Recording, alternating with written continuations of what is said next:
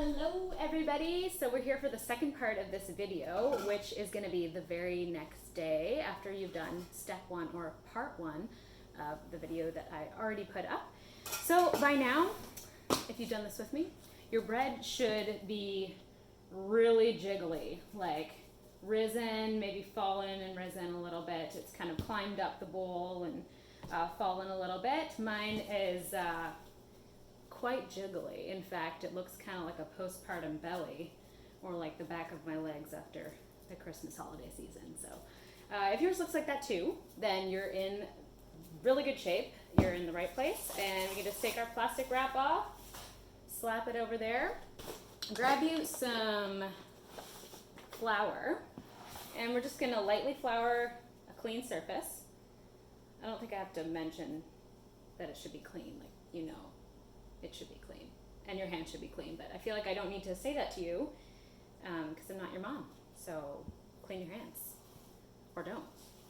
You choose your life. And what you're gonna do is you're just gonna kind of scrape the dough out of the bowl. It's gonna be pretty tacky, pretty wet, and you're just gonna kind of scrape it and lift it out of the bowl and onto this surface. Oh yes, this is looking good. All right, and we're not going to knead it, remember, because this is a no-knead dough. This is a no-fuss, no-knead dough. But what we are going to do, because we want to shape it and put it into our bread pan, or put it into whatever you're going to put it in, we are going to do something called a stretch and fold. So what I'm going to do is I'm going to make sure my hands are kind of lightly floured, and I'm going to just pick up a piece of this jiggly mess, my brain, as I referred to it before, and I'm going to pick it up and I'm going to fold it over. Then I'm going to turn it over, pick a piece up and fold it over. This does not have to be pretty. You're just going to kind of rotate through until you kind of have a ball formation. And hopefully you guys can see that. I don't really know because I'm not an expert filmmaker. And so this is amateur filming at its greatest.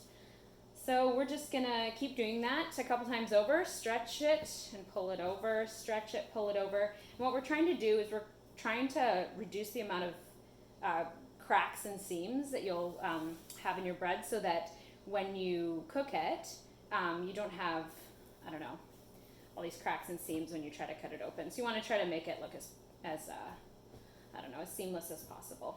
Yes, reduce the seams. So stretch and fold, and you can tell I'm very professional and great at this, so it looks amazing. And yeah, so now we've got a little dough ball here. And what I like to do, I'll just flour my hands just once more again, lightly coat everything, and I like to pull it using my hands just like this, and I like to pull it in, pull it off of the counter. And I also have this, I don't know what it's called, like a bread scraper, a scraper of some kind. I got it at my local Dollarama, so you also can purchase it from your local Dollarama. And what I'm going to do, you don't have to use one of these. I just find it's easier to pick it up off of the counter. And what you're going to do is you're going to put it into a lightly oiled bread tin, or like mine, it is heavily oiled, not on purpose. But you know what? It doesn't matter. It still works. I used olive oil. You can use coconut oil. I think I've even used like vegan butter or whatever. Use what you got. That's my motto. Just use what you got. Don't make it complicated. So we got this big mess of a loaf here, and we're just going to kind of pick it up. Legit, guys. Pop it in. Did that look hard? Well, it wasn't. So you can do it too. All right. So we've got it in our bread pan, and you're thinking, all right, going to toss it in the oven right now. But hold on. Even though you've had it rising for like 20, 24 hours, you do need to let it rise for about another hour to 3 hours. Just depends on what your day looks like. Today I'll probably just wait an hour and then put this in the oven. And the reason for that is we want it to just fill up the bread pan and take more of the shape of a loaf of bread. Because right now, like, it will rise in the oven the way it is right now. But if we let it just rise a little bit longer in the shape of this bread pan, then we're going to have a really nice, big, beefy loaf. And that's what we want. We want more loaf, not less loaf. So get your loaf on. So because I'm not going to make another video, for the next step, because I think you guys got this by now. I think you're good.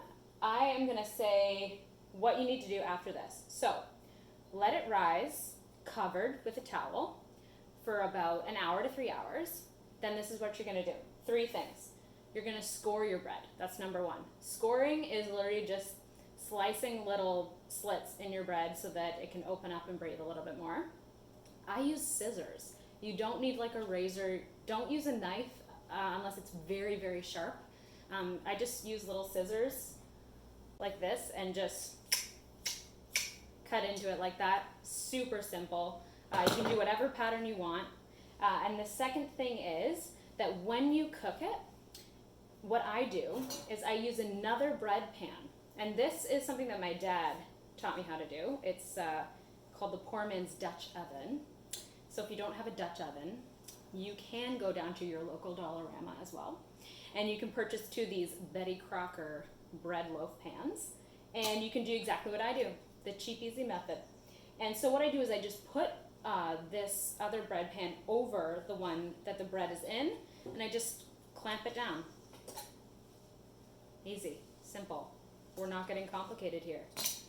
If you do have a cast iron Dutch oven, you can also use that. At this point, you would want to put your dough into that cast iron pot and let it rise there. But we're using this today.